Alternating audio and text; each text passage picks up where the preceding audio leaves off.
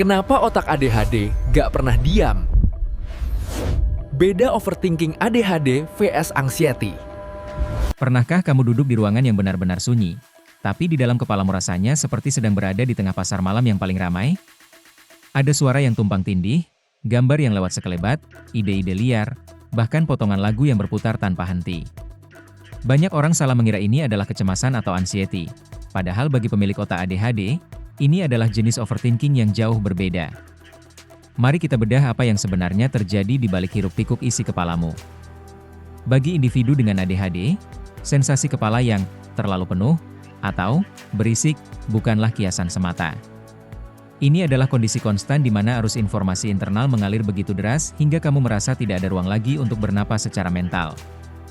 Kondisi ini disebut internal noise. Masalahnya, ini bukan sekadar kamu berpikir banyak karena keinginanmu, melainkan otakmu memproduksi pikiran secara otomatis tanpa henti, seperti radio rusak yang tidak bisa dimatikan volumenya. Banyak yang bingung membedakan ini dengan kecemasan.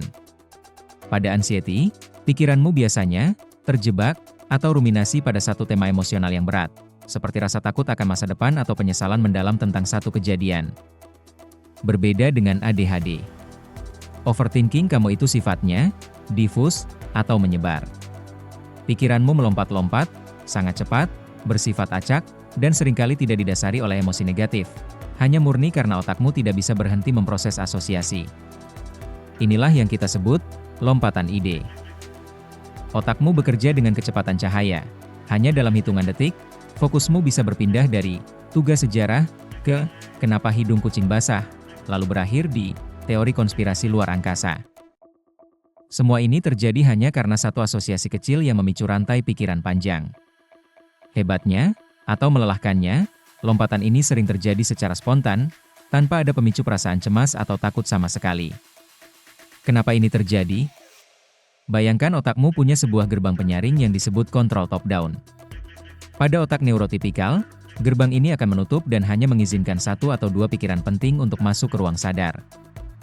Namun pada ADHD, gerbang ini seolah rusak atau sulit tertutup rapat. Akibatnya, semua data, memori, dan ide dianggap sama pentingnya, sehingga mereka semua berebut masuk sekaligus dan menciptakan kekacauan di ruang kesadaranmu.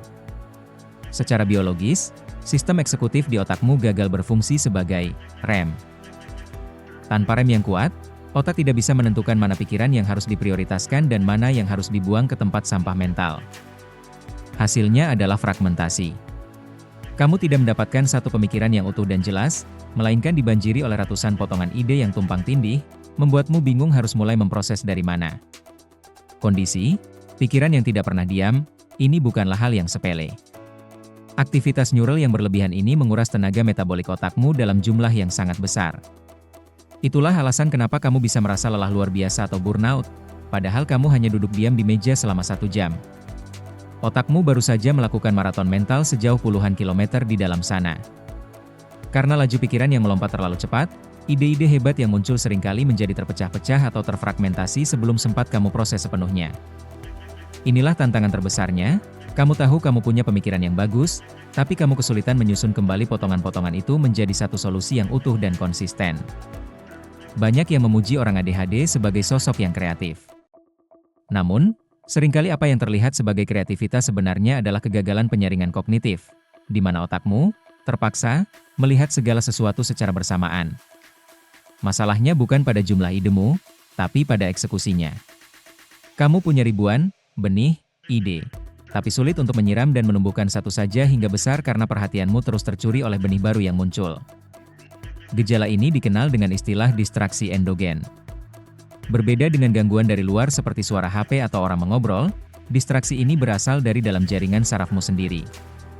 Artinya, berpindah ke perpustakaan paling sepi di dunia sekalipun tidak akan menghentikan keberisikan ini, karena sumber suaranya ada di dalam sistem regulasi otakmu yang belum stabil. Penting untuk kamu pahami, kebisingan ini bukan karena kamu kurang disiplin, bukan juga sifat kepribadianmu, apalagi tanda bahwa kamu lemah. Ini adalah fakta neurobiologis. Jaringan otakmu sedang berjuang untuk sinkron. Memahami bahwa ini adalah masalah sistem, rem, dan filter, adalah langkah pertama untuk berhenti menyalahkan diri sendiri. Oke, Sekarang mari kita rayakan keunikan isi kepala kita. Coba tulis di kolom komentar, satu hal paling random atau paling aneh yang pernah terlintas di pikiranmu saat kamu lagi serius-seriusnya. Jangan malu, mari kita lihat seberapa seru pasar malam di kepala komunitas kita. Suara di kepalamu memang tidak punya tombol off, tapi bisa dikelola dengan strategi yang tepat. Bagikan video ini ke orang tua, guru, atau teman yang sering bilang kamu kebanyakan mikir, supaya mereka paham perjuanganmu. Klik subscribe untuk terus belajar cara menaklukkan mesin hebat di kepalamu.